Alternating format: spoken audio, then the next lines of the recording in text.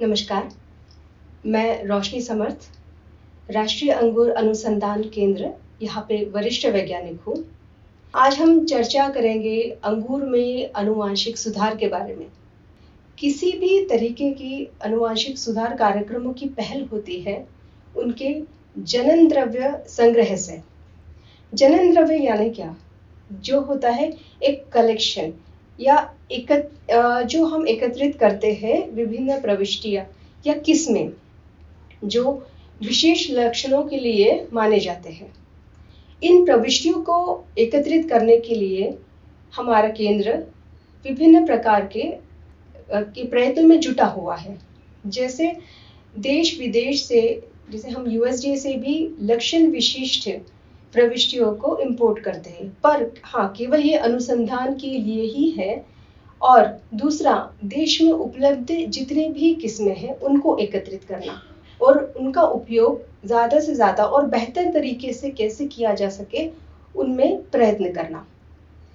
दूसरा हमारा पड़ाव आता है एकत्रित की गई किस्मों या प्रविष्टियों को कैसे हम लोगों की समस्याओं को दूर करने के लिए उपयोग में लेकर आए, जिसमें सबसे प्रथम तो होता है कि एकत्रित की गई हुई किस्मों का उनका प्रत्यक्ष या अप्रत्यक्ष रूप से उपयोग। इन प्रविष्टियों को विभिन्न आधारों जैसे मणि लक्षणों, उनकी गुणवत्ता, उनकी जो हम शेल्फ लाइफ कहते हैं उसके आधारों पर, या गुच्छों के लक्षणों के आधार पर, उनकी उपज के आधार पर हम आकलन करते हैं, जिससे ये तय किया जाता है कि इनको प्रत्यक्ष रूप से हम डायरेक्टली हमारे ग्रोअर को दे सकते हैं या अंगूर उत्पादकों को दे सकते हैं या नहीं, या फिर इनमें कुछ सुधारों के आधार पर फिर उन्हें दिया जा सके।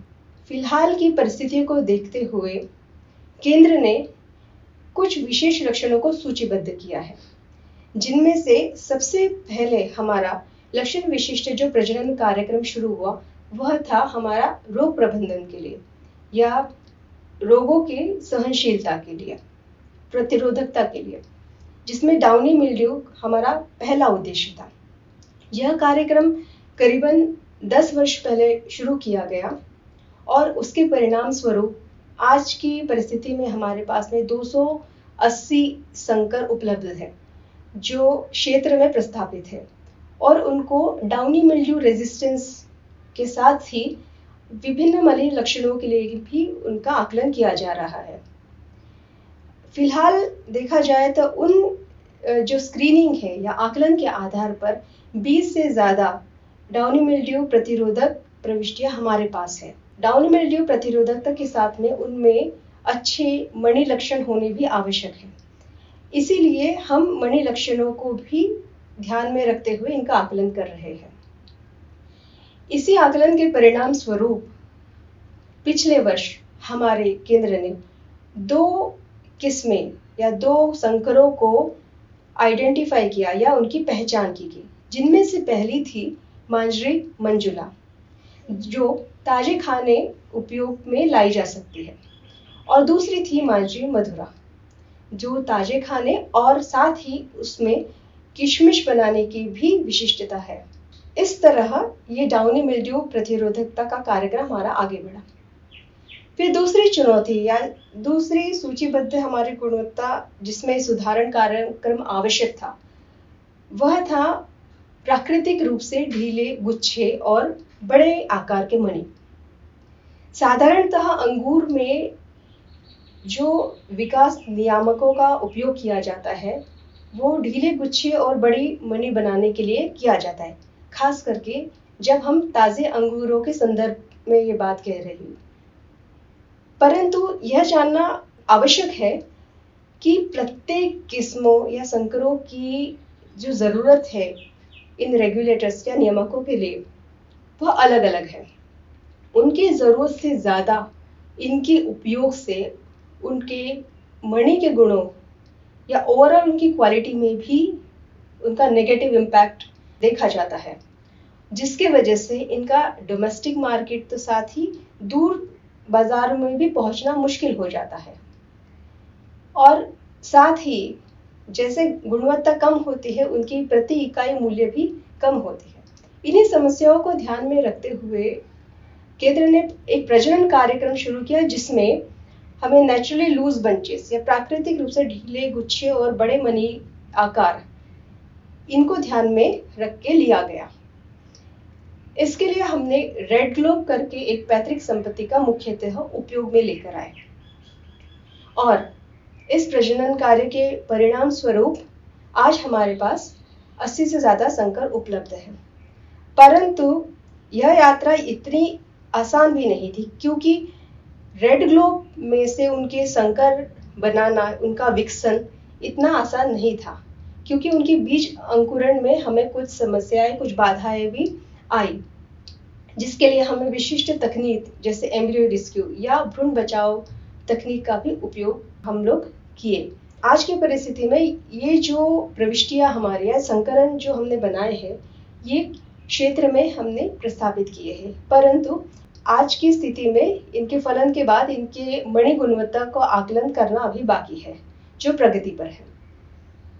चलिए चलते हैं तीसरी समस्या पे, जो मुख्यतः उत्पादक हमेशा हमें बताते हैं, जो है मणि में एक समान रंग का विकसन।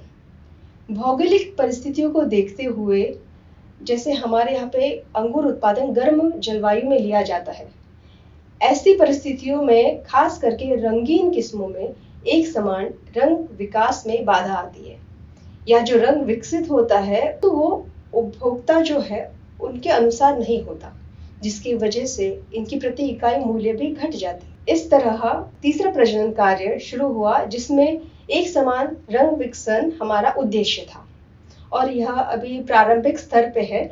चौथी समस्या है जो है हमारी, वह है ड्रॉट और सैलिनिटी, या हम कहते हैं सूखा और लवणता, उनके लिए सहनशीलता।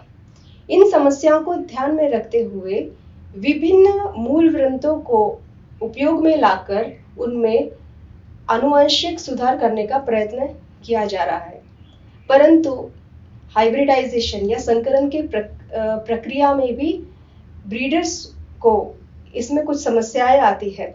इसकी वजह से इसके संकर विकास में भी कुछ बाधाएं हैं जो हम दूर करने का प्रयत्न कर रहे हैं और यह कार्यक्रम हमारे प्रारंभिक स्तर पर है।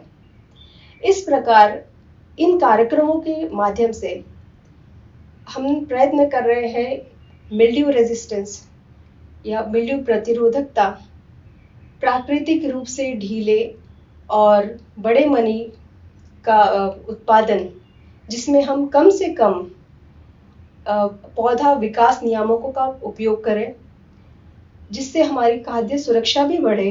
इन सब प्रयत्नों से एक समान मनी में रंगों का विकास और जो हमारे सैलिनिटी और ड्रॉट के लिए टॉलरेंस है, जो इनके लिए सहनशीलता है, उस पे जोर दिया जा रहा है और हम आशा करते हैं कि यह केंद्र आगे भी हमारे अंगूर उत्पादक और हमारे ग्राहक उनके समस्याओं को दूर करने के लिए प्रगतिशील रहेगा।